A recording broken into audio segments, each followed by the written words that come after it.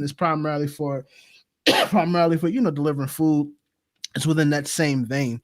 So for the scam likelies to be able to come over here, man, I think it's really showing that at least from a tech standpoint, that these us we coming towards tumultuous times because you know the tech cold war, as we outlined before, what's going on is that there's going to be all type of things that's going to happen. That's really going to show that technology is real. I think we are a lot further ahead when it comes to technology than we think right now, right? Because when certain things like this start to happen, where you're starting to have an uptick of scams happening on different platforms, it goes to show that things are progressing pretty fast as far as where people see the opportunities, whether it be good or bad. But what do you think about that, Mike?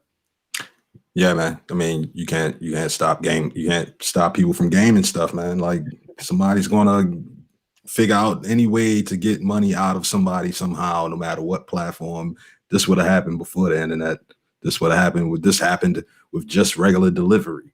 Like I mean, like people used to find credit cards on the floor somewhere, and next thing you know, they order like 20 pizzas, and they be like, "Oh, y'all must be having a pizza party." Yeah, sure. There'll be something that happened like in '98 somewhere. People having pizza parties. And you just order 20 pizzas for no reason off of somebody's card, and nobody know better. The money went from here to there, and then by the time the person found out about that transaction of $100-$200 worth of pizza, all they can do is call the bank and be like, "You got to cancel the order," but the pizza's already delivered. And, I mean, like the pizza guy off the pizza company probably got their money. They got to wait 3 days for it to have the money refunded type thing. Like, now it's just a little bit more instant.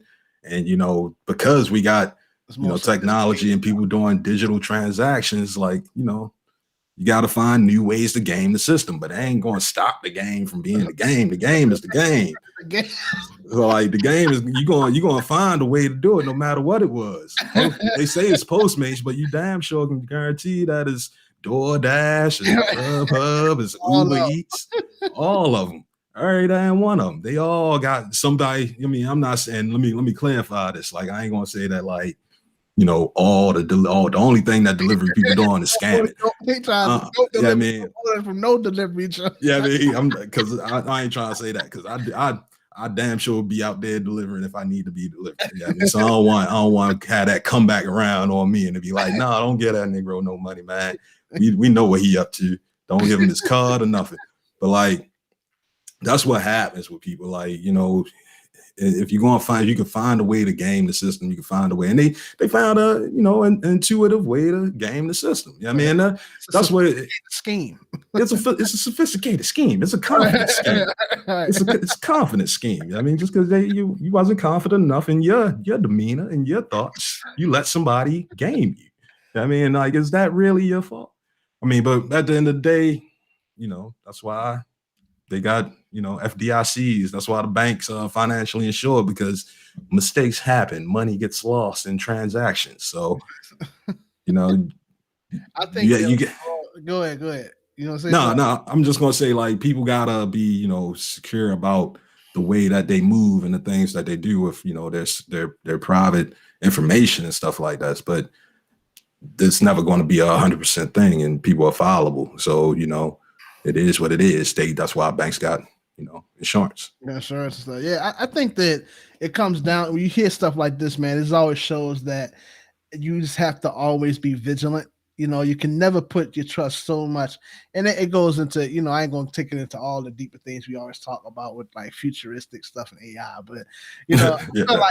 I feel like it to some degree, man. You're gonna, as a human being, you're gonna always have to lean on your intuition and your vigilance to know like what to do in certain situations. You can't just leave your trust all in technology, right? You just, of course, it's one of the greatest resources that man has ever come to know that has been created, but it still is within the confines of like how we view it, right? How we use it and how we allow it to use us. And again, like this, I think that this just comes down to why this is happening is that one, that we're in these tumultuous times, right? COVID is driven the world crazy, especially the United States. And then two, you have it where people that are just seeing that, like you said, the gamers are going game. They're looking at what the next thing is. They probably whoever these band of guys that come up with the call scripts to send out to folk. I mean, they just looked at it as probably what was the next best thing to get into where they can probably fly under the radar a little bit before it blows up, right? You got, I Right. guess, for it to be a unique scheme, it can't be, they can't pull this off on like well, no, they probably could try to pull it off with Clubhouse because they don't mind anything, but Exactly. That's the whole point. yeah, that's what it is. But something like this on like a Facebook like marketplace is probably less than. Although like Facebook and even Facebook, they have their times. I heard their customer support is trash. But again, it's just I think the reason why this is happening is because they're just taking advantage of an opportunity. They feel that where people are the most exposed, right? In a way, it's like with these scammers, people who scheme and stuff like that, they don't look at it as like regular predators do, where you don't necessarily the regular predators, the lion is going after whatever the antelope is or something like whatever they eat. They don't get the weakest one, right? They go after pretty much the strongest or fastest one, or whatever the case is, like something they can chase. But it's not like that with the schemers. They're gonna always go for the ones that they can easily, fish that's halfway dead, right? The ones they can easily get. And I think that Postmates, just like when I read this, I was kind of taken back because I'm like, Postmates, why would anybody be even doing something like on on Postmates? But then again, you think, well, why wouldn't they be doing it? You know what I mean? It's the most one of the most unassuming ways to get something, right? But at the end of the day, I think Postmates they'll tighten up. I don't think they're going to fall into the trap of just not really caring about their workers because their service is not just purely digital. It requires human interaction. So I mean, Right. in order for them to still have an operating business, they're gonna have to tighten up on that, man. It really just comes down to they have to pick up on monitoring the phones or something like that, whatever the case is. But they'll figure it out. But I'm just glad I haven't really ordered anything from Postmates in a minute because I feel like I'll probably run into some issues like this. Yeah, I mean, most of they do have to really like validate their users a little bit better so that they can validate what type of transactions go on there. Because I mean, if they can't really tell who their users are, and then they just know that a card got thrown in there and something happened, and next thing you know, money got transaction within like 15 minutes, but they don't really know how that all happened, how that all went down. And I mean, you got to go through some type of vetting. Like even when I used to work for like Lyft or something, like they did at least a 7-day check and vet. Yeah, Like so, they got to do a little bit more for. At the end of the day, they just want your money though, so they don't even really care too much. But there has to be some type of better vetting process for who people really are. Even if you are the one spending the money, right. But let's jump into this last topic here, man. It says WhatsApp reveals what happens to users who don't agree to upcoming privacy policy change. To say that 5 times fast. WhatsApp has revealed how it will gradually limit the features available to accounts held by users who don't accept the platform's impending privacy policy changes due to come into effect on May 15th. What it's saying here is that you have people who are using the app where for some time they haven't like really accepted the updates. They give the privacy policies this update and stuff like that. And it was weird as I don't think I've ever disagreed with one when they sent it, but for whatever reason, these people who are using WhatsApp, they are getting around accepting the privacy policy.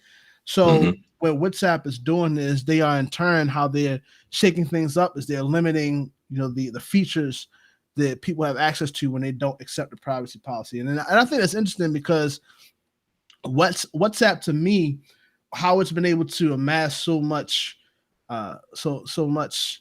followers and users is because it's very good at offering like a top tier service and not letting anything else kind of shroud what the main thing is. I think that when you have different apps, for instance, I think for example, it was I think Quibi. where they tanked. I think it was because they was trying to do so much. Oh yeah, They weren't, they weren't catering. They didn't have one specific thing that they were focused on, and in turn, nobody really found use for it. They didn't. Quibi died for a lot of reasons. Yeah, Quibi was a horrible idea. right, right. But I think with WhatsApp though, bit that they focus on that one thing and just kind of build smaller features around that has been able to help them grow so fast. So what gets me is I'm thinking that if people are not, if they're starting to limit the things that people have access to on the app, it will eventually come to people not being able to use the app at all because they don't really offer so many different things. They're not, although they are a huge platform, they're not like a maybe like an Instagram, if you will, where you can post, you can you can do regular posts, you can do stories, you can do reels, you can message folks, you can do all that stuff on there, and then you take one of those away. WhatsApp is pretty much just connection, secured connection, and whether it be talking or texting. And be honest, I don't know anything more than that. I mean, I don't think you can't trade Bitcoin on there, so I don't know what else you would use WhatsApp for. But I mean, what do you think about that, Mike? Just the idea that they like with their how they're going about handling people not accepting the privacy policy is to limit the features. Do you think that's effective? Like, what do you think that's about? Yeah, I mean, I think it's really about it's about giving people at least that minimum amount of access to their friends that are still using it, even though they don't accept the terms, by allowing them to at least call people. I think that's what they said. You can get notifications and you can call people. Or you can receive calls. You can't get them, but you can receive them. But they want to at least allow for communication to happen for emergencies and stuff like that. But the idea of them not accepting the terms of service, I mean, it mostly just comes from the fact that a lot of people that had the original WhatsApp and understood what WhatsApp was from its original standpoint, and then versus what it became because of Facebook. It's a lot of people that just don't want to accept that, and Facebook is going to punish people for not wanting to accept the transition over, because for the people that don't know, WhatsApp is owned by Facebook, and it's very much just like Messenger. The company Facebook tends to make clones of itself. So like the messaging capability that's in Instagram is the messaging capability that's in part of Facebook itself. And that really came from the initial competition with WhatsApp until they bought WhatsApp. And the difference is like, even though they both on the front end, it's like a good lesson in the front end and the back end, because, even though they both look the same on the front end, because they're like a group messaging service for the most part. On the back end, it was really about being secure, where only certain people can access this thing and only certain people can encrypt or decrypt the data from it, to the point where there was like, there was terrorism, people looking for terrorists, the feds were looking for terrorists on this platform, and they were just like, yo, we can't give you the data. It was different from like Clubhouse, where it was like, we just don't even have these systems set up in place. It was like WhatsApp was designed to not be exposed like that, where like if you're not in this room, then you can't see what's going on in here. And that was even with WhatsApp. And once Facebook bought them, they were like, yeah, that's basically gonna be dead. Like, you can't have a private room with Facebook. Facebook gonna always have somebody in the room with them. Sure, they be sending ads in the message, like that's in Messenger. You have ads, like they can. Yeah. So whenever you see ads, it's public. Like it's nothing being hidden there. It's like I mean, and that's not like people be talking about, like, I just had a private chat with somebody on Messenger, and they don't know why this ad came up, and they felt like they had a private conversation. It was like, nah, you didn't have a private conversation. On Facebook. They read your messages, and then they threw an ad to you based on your messages. Like, privacy is not on the internet. So, like, it's not, that's for the life of me, man. That's what always gets me. Like, I know that. So how it's set up with WhatsApp is that they have things. It pushes the idea of security, and they stick to that. But the fact that they're on the internet, it's just. I look at certain apps out there, like they have like what is it, Photon Mail, where it's supposed to be like secured. emails sending, but I'm like, bro, like as long as you have an IP address, right? As long as there's something that's on the internet, it's never truly private. It never is. So Yeah. I But don't know. they have that whole, I mean, it's the whole encryption thing. Like you can encrypt the data where even if somebody got the file, they can't read it because they don't have a key to decrypt it. And the issue is that once you become a private company held with like a part of a publicly owned company with public shareholders that want to make money off of advertisements, your data can't be held secret anymore because your data is part of how somebody makes money. So Exactly. like they at that point you can't do it. Like with the company Telegram and Signal, like they never got bought out by anybody, and they never flourished. Like they always been like a medium level platform, and it's because all they do is secure email, secure messages, and they never sold themselves to anybody to not be secure because that what they wanted to do is be secure. And like if that's your model and that's your business model, like that works. And if you can make a profit off of it, that would be even better. And like if you like, what like with WhatsApp, they originally were selling it for $1.99 a month or something like that. It was like $1.99 a month. And then once Facebook got it, it was like it's free. And It's free. people keep trying to associate free with private. And it's like, yo, well, Yeah, why? I'd rather pay that $1.99 to keep my stuff secured and be like, oh, I got it for free, but now I get ads thrown at me, or I can't have a private conversation. Something got leaked out. Get secured ads. Yeah, it's secured ads. I mean, like, oh yeah, the only person that's in here is this extra bot, and all he does is listen to things so that we can throw ads at you. But everything you're saying in here is secret, brother. It's between Like, you and the other person. That's it's between you, me, and this robot here.